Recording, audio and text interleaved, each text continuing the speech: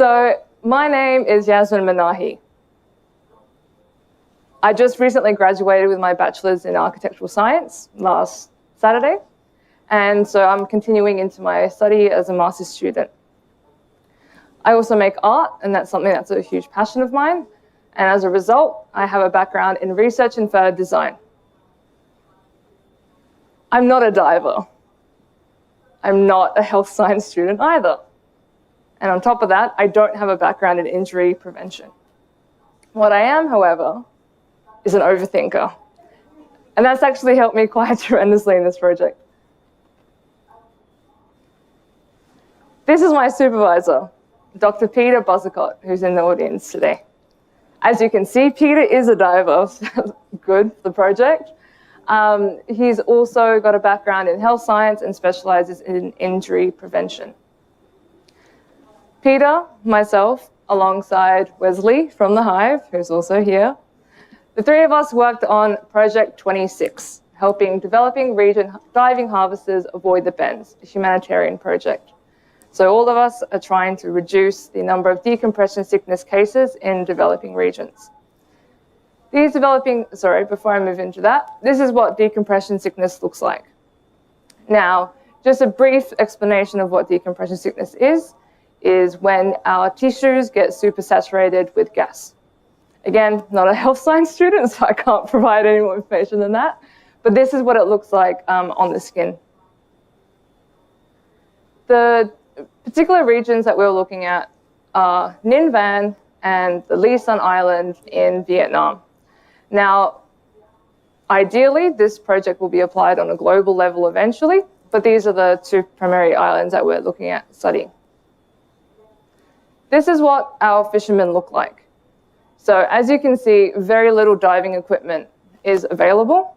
They don't have access to basic things like a full wetsuit. Sometimes they may have fins. I learned that throughout my internship. So as you can see, the conditions are quite scarce. They come from quite low socioeconomic backgrounds, and as a result, this has proven a lot of challenges in diving practices that exist. Something that's really important is, given the socioeconomic status of our divers, is we need to make an intervention that's accessible. We came to the realization that we cannot have an intervention that has any monetary value. The reason for this is because these fishermen would then be able to sell them, thus not using the intervention. Second of all, it limits and gatekeeps knowledge. The knowledge on how to dive safely would then be restricted to the particular device that we provide. And so essentially you'll find that these safe diving practices will be limited to those who have the equipment to do so. So our key focus is to transfer knowledge, an intervention that did not require high literacy or education levels and had no monetary value. So we looked at safety cards. The irony behind it, though, is the research out there actually suggests very low understandability and comprehension rates of the document. Because of that, most of the research out there are actually trying to move away from safety cards altogether. Some other prevention strategies include videos and what they call serious games for safety education. What that is basically just a simple video game where users then participate by moving a character, and if they don't follow the instructions correctly, what you'll find is quite graphically, they will visually articulate the consequences of those things. This looks like heads being decapitated. It's quite gory and quite confronting, but in that study, the key finding is that these threat appeals are actually quite important in these safety interventions. Reason being is psychologically, we then feel more inclined to listen to whoever's telling us what to do because we don't want our heads to be decapitated.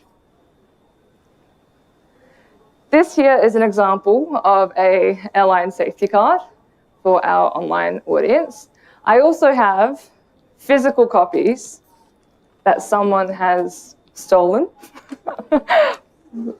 from several airlines, as you can see. So I would like you all to imagine that we're all on a plane together and we're all flying somewhere COVID-free. And as your air hostess today, I'm going to pass some of these documents for you to be able to see what I'm talking about. I'll probably give one to every row. There you are. So please feel free to have a look and pass these documents around.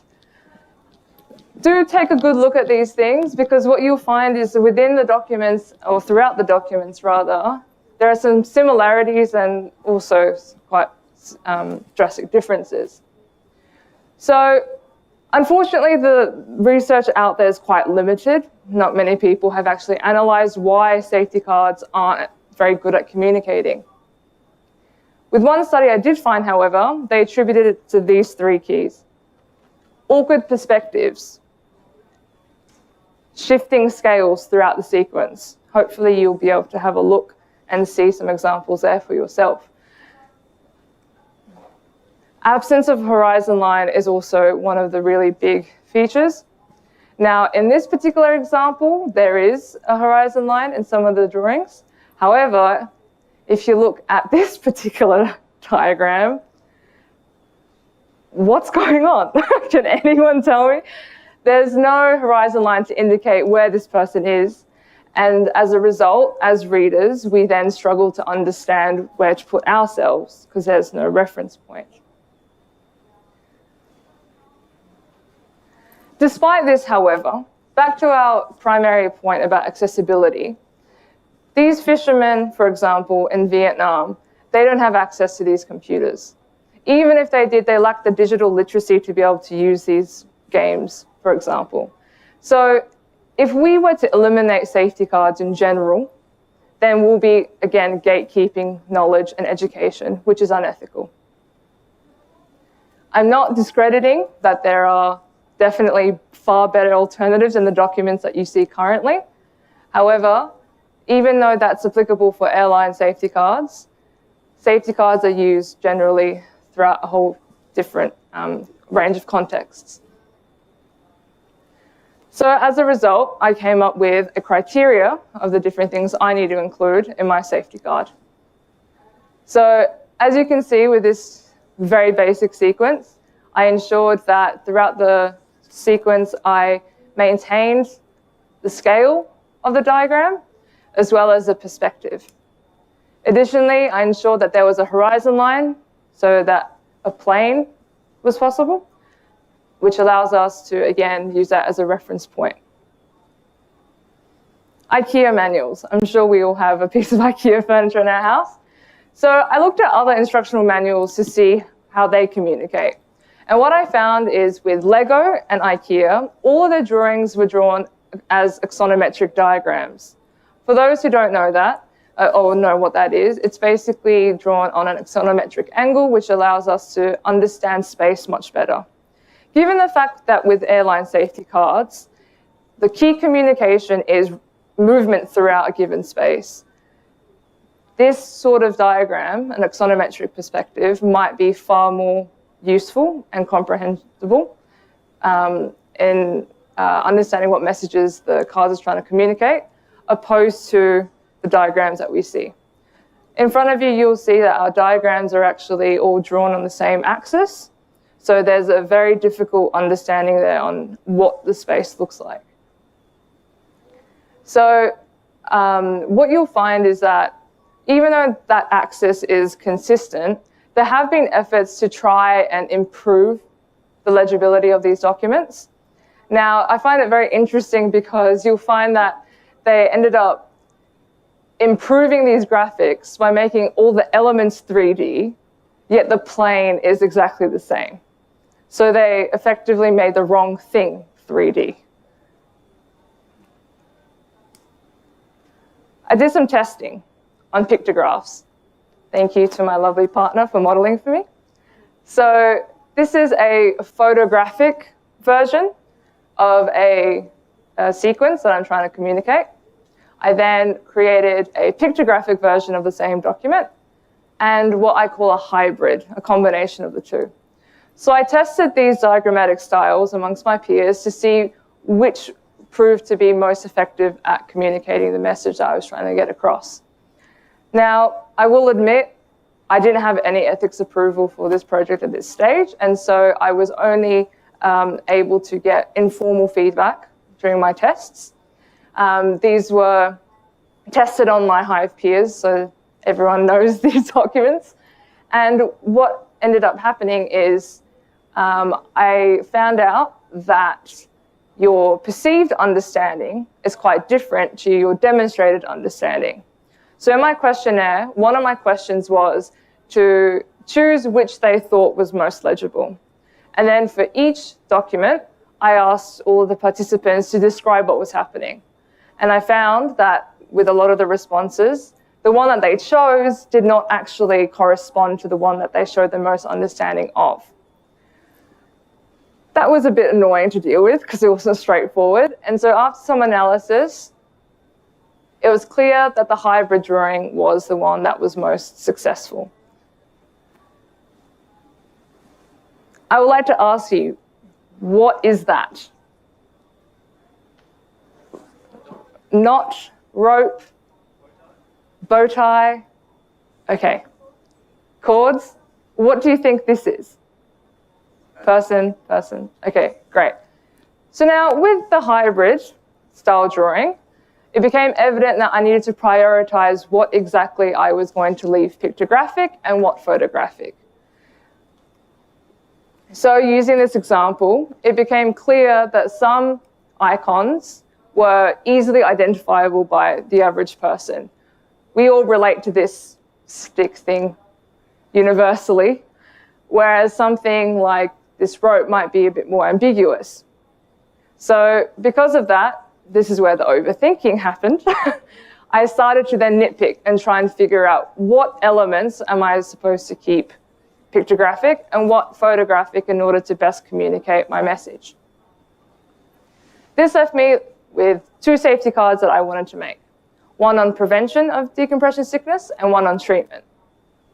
This is what I ended up coming up with in my first iteration. As you can see, it's pretty poor. It's quite awkward and difficult to understand to your average person, but I will also say that the key demographic that we're looking at will have a basic knowledge of diving. So I kept the boat here photographic, and I kept the seafloor photographic to make sure that you could identify the context and the setting.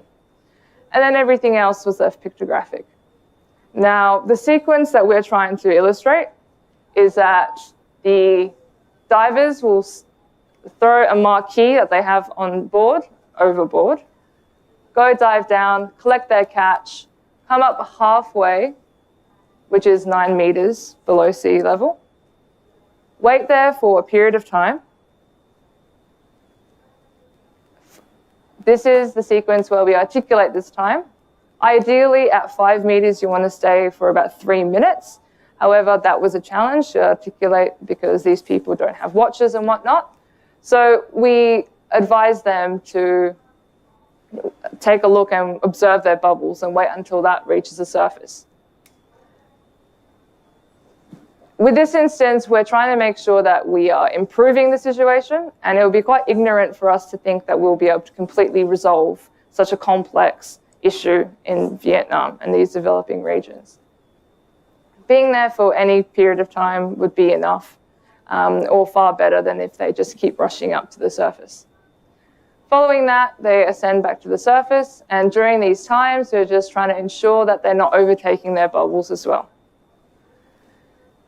Something that we had to think about, I don't know if anyone's noticed, but there is a number 9 on the ship. So within these communities, there is a rumor that there might actually be a folklore that exists of a sea witch that exists in the trenches of the ocean. And the divers are actually afraid of this witch. So that's why they're returning to the surface as quickly as they are. So I did some research on international symbolism and symbolism for different contexts. And so I left a space here for there to be an opportunity to put a symbol on there to counter those suspicions. After some testing, and I got a range of different feedback from a range of people, I was able to create my first prevention document, which is what you'll see today. I don't want to go into it in too much detail because I'd actually like to have these conversations with you guys when I do my demonstration to see what you think. However, I do want to note that this is a template. So marked red, you'll see that there are these boxes, and they are deliberately left open so that we can amend this document to suit the context of wherever we will be helping. I then made a treatment document, and as you can see, they correspond and they are quite harmonious with one another. It was quite important that with the treatment document, we had enough similarities because in future testing, we would like to use the two cards together, so one as a placebo of the other one that we're trying to test. This means I will hand over to Peter and the rest of my team for future testing once we have received ethics approval. So some limitations within my work is within the 10 weeks, I didn't have access to Vietnamese divers in particular.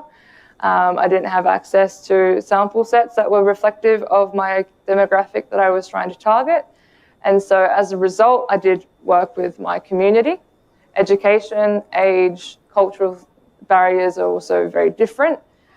So once ethics approval has been received, the objective is that my documents will then get tested on the relevant people. I would like to say a big thank you to the Australasian Diving Safety Foundation for funding the project, as well as Jean-Eric Blateau from the French Navy for supplying the video that you saw earlier.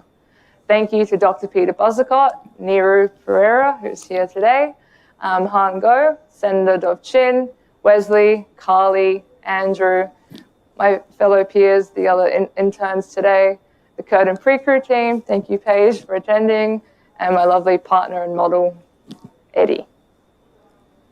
Thank you very much.